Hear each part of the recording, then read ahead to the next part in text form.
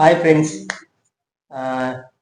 Big பாஸோட Sunday eviction continue ஆகுது. இன்னைக்கு பார்த்தீங்கன்னா அன்சிதா எவிக்ட் ஆகிறாங்க. அதுக்கப்புறம் யார் இந்த கேம்ல வந்து இருக்கக்கூடாது, மக்கள் இவங்களை சேவே பண்ணக்கூடாது அப்படின்னு சொல்லிலாம் கேட்குறாங்க. அதில் எல்லாரும் வந்து மேக்சிமம் ராணவ தான் சொல்றாங்க. நம்ம சௌந்தர்யா வந்து முத்துக்குமார் சொல்றா அப்படி. அதுக்கப்புறம் பார்த்தீங்கன்னா நேத்தோட எபிசோடுக்கு வரலாம். நேத்தோட எபிசோட் நம்ம ஆல்ரெடி சொன்னதா ஜெஃப்ரி எவிக்ட் ஆவாங்கன்னு சொன்னாங்க. அதே மாதிரி தான் எவிக்ட் பண்ணாங்க. ஃபர்ஸ்ட் எடுத்தோடனே வந்து ஃப்ரைடே எபிசோடு போனாங்க. நெட்ஃபிளிக்ஸ்ல வந்து இது வந்திருந்தது, ஸ்குவிட் கேம் வந்திருந்தது. அதோட பார்ட் 2 வந்திருக்கு, சீசன் 2 வந்திருக்கு. அதை வச்சு ஒரு டாஸ்க் வச்சாங்க. அதான் இந்த மூவி வந்து சூப்பரா இருக்குங்க. எல்லாருமே பாருங்க, நல்லா இருக்கும். நம்ம நெட்ஃபிளிக்ஸ்ல வந்து ஸ்டீம் ஃபேமிலி வீக்ல எதுவுமே டாஸ்க் கொடுக்க இல்லையேன்னு சொல்லிட்டு இதெல்லாம் ஒரு டாஸ்க் சொல்லி உள்ள விட்டு இருக்காங்க. இல்ல நம்மளுக்கு அந்த வைப் வந்துருச்சு, அந்த மியூசிக் மறுபடியும் வந்தோடனே.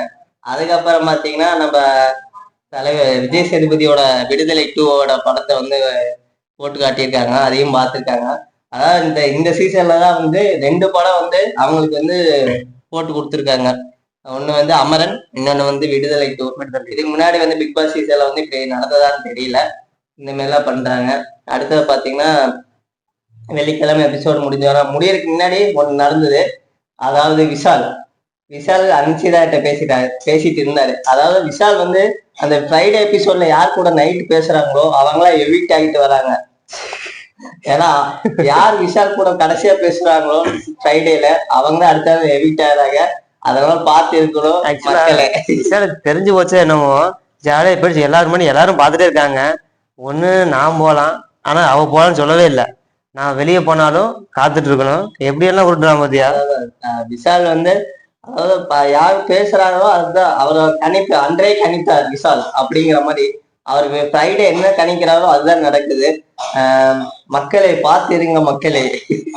அப்புறம் பாத்தீங்கன்னா நம்ம ஷோக்குள்ள வந்துட்டாங்க. ஷோக்குள்ள வந்தாலும் நம்ம இது சொல்றது வந்து இந்த ஃபேமிலி வந்து போனதை வந்து பாராட்டுற அப்படி. இந்த மாதிரிலாம் எப்படி இருந்தது உங்களுக்கு அப்படின்னு கேட்டா அப்படி. ஒவ்வொருத்தரும் அவங்களோட வந்துட்டு போன விதங்கள் சொன்னாங்க. ஆக்சுவலா அதுவும் உருட்டி விட்டாங்க.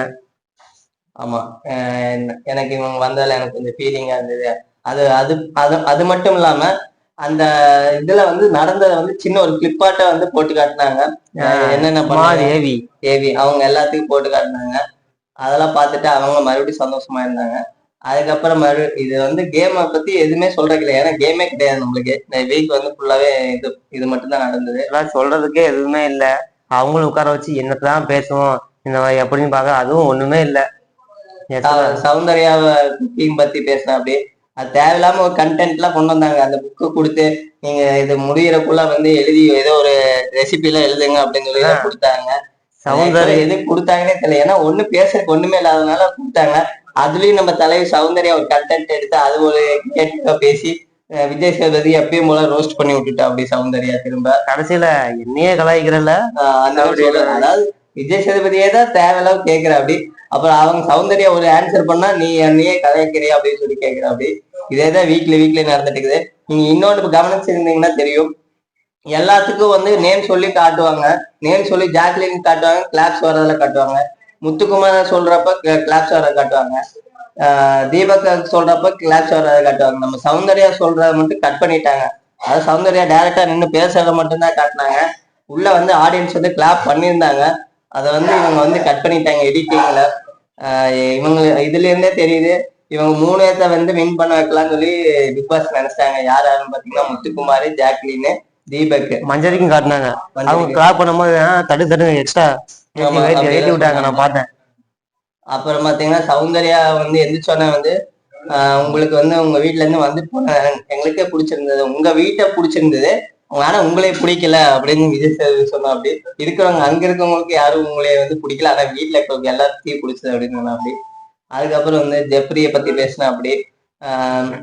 இந்த மாதிரி நிறைய பேர்த்தோட அந்த ஃபேமிலியை மட்டும் பேசிட்டு இருந்தா அப்படி. அதுக்கப்புறம் வந்து நம்ம எவிக்ஷனுக்கு வந்துட்டாரு. ஜெப்ரி வந்து எவிக்ஷன் சொல்லிட்டாரு, துரத்தி விட்டாங்க. வெளியே வந்து ஜெப்ரி பேசிட்டு இருக்கும் போது விஜய் சேதுபதி கிட்ட போறானே ஜெப்ரி பயந்துட்டாரு. அது எதுக்கு?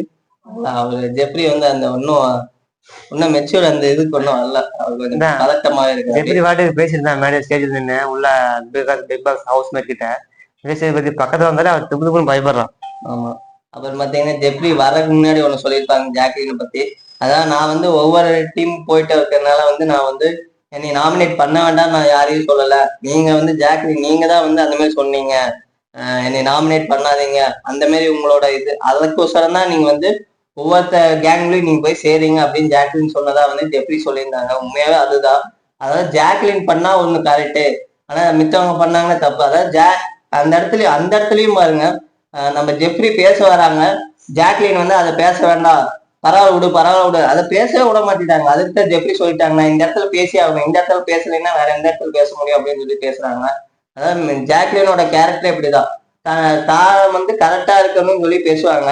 அதே அந்த இடத்துல தப்புன்னு ஆயிடுச்சுன்னா அவங்க அந்த இதை வந்து தப்பை வந்து சுட்டி காட்டுறப்ப அதை பேச விட மாட்டாங்க. உடனே சாரிங்க, அது அந்த இதுல இருந்து அந்த கான்வர்சேஷன்ல இருந்து அவர் டைவெர்ட் பண்ணி எப்படி கொண்டு போகலாம் அப்படிங்கறத ஜாக்லினோட இந்த கேம் பிளான் வந்து ஃபுல்லாவே அப்படிதான் போயிட்டு இருக்கு. அவங்களோட ஸ்ட்ராட்டஜி அது அவங்களுக்கு கை வந்த கலை எல்லாரும் பார்த்துருப்பாங்க. என்னதான் இருந்தாலும் நம்ம ஜாக்லினை பார்த்தாலே நம்மளுக்கு வந்து இரிட்டேட்டிங்கா தான் இது. அதாவது அவங்க பண்ற ஆக்ஷன் ஆகுது. ஒருவேளை கப்பு தூக்கி கொடுத்துருவாங்களோ.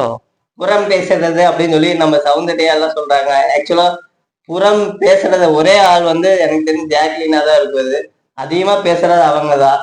ஆனா நம்ம சவுந்தர்யா வந்து அப்படி அப்படியே காட்டுறாங்க, மாத்தி காட்டுறாங்க. ஷோவே அப்படிதான் காட்டுறாங்க. ஆக்சுவலா இந்த வீக் வந்துட்டு ஃபேமிலி வீக்கோட ஏதோ உப்பு சப்பு இல்லாம அப்படியே ஏதோ உருட்டி ஓட்டிட்டாங்க. இன்னும் ஃபயரோட வீக் தான் நம்ம வரப்போகுது. இன்னும் வர்ற ஒவ்வொரு வீக்குமே ஃபயர் தான். டிக்கெட் பின்னால டிக்கெட் எடுத்து காட்டிட்டு அப்படி விஜய் சேதுபதி இந்த வீக் விளையாண்டிங்கன்னா டேரக்டா ஃபைனல் போயிடலாம் அப்படின்னு சொல்லி காட்டுறா. அப்படி இதுல வந்து மேக்சிமம் நம்மளோட கணிப்பு யார் ஜெயிப்பாங்கன்னு பாத்தீங்கன்னா, இந்த வீக் டிக்கெட் டு பினாலே வீக்ல வந்து யார் ஜெயிப்பாங்கன்னு பாத்தீங்கன்னா அருண் ஜெயிப்பாங்க தான் நம்மளோட கணிப்பு. எப்படி வந்து கேம் செட் பண்ண போறாங்கன்னு தெரியல. மிட் வீக் எவிக்ஷன் கூட இந்த வீக்ல இருக்கும் கண்டிப்பா இருக்கும். அதுக்கு அடுத்தது பாத்தீங்கன்னா கேஷ் பேக்ஸும் கொண்டு வந்து வைக்கிறதுக்கு வாய்ப்பு இருக்கு. இல்லைன்னா அதுக்கு அடுத்த வாரம் கொண்டு வந்து இருக்கலாம். இந்த மாதிரி நிறைய சுவாரஸ்யங்களோட உங்களை வந்து நெக்ஸ்ட் டுமாரோ. ஆக்சுவலா உள்ள இருக்கிறவங்க எல்லாமே நல்ல கண்டிஷன் தான். யாருக்கு எப்போ வெளியே போவாங்க என்ன ஏதுன்னு அவங்களுக்கே தெரியாத மாதிரி பயத்திலே இருப்பாங்க. ஆமா, பாப்போம் ஃப்ரெண்ட்ஸ். இன்னைக்கு இவங்க எவிக்ட் ஆறாங்க, அன்சிதா. ஆமா, அதுக்கப்புறம் நாளைக்கு என்ன நடக்குது, அதாவது நம்ம இந்த டிக்கெட் பின்னாலேக்கு என்ன மாதிரி டாஸ்க் எல்லாம் தராங்க, அதை பத்தி நம்ம வந்து விரிவா பேசலாம். ஓகே.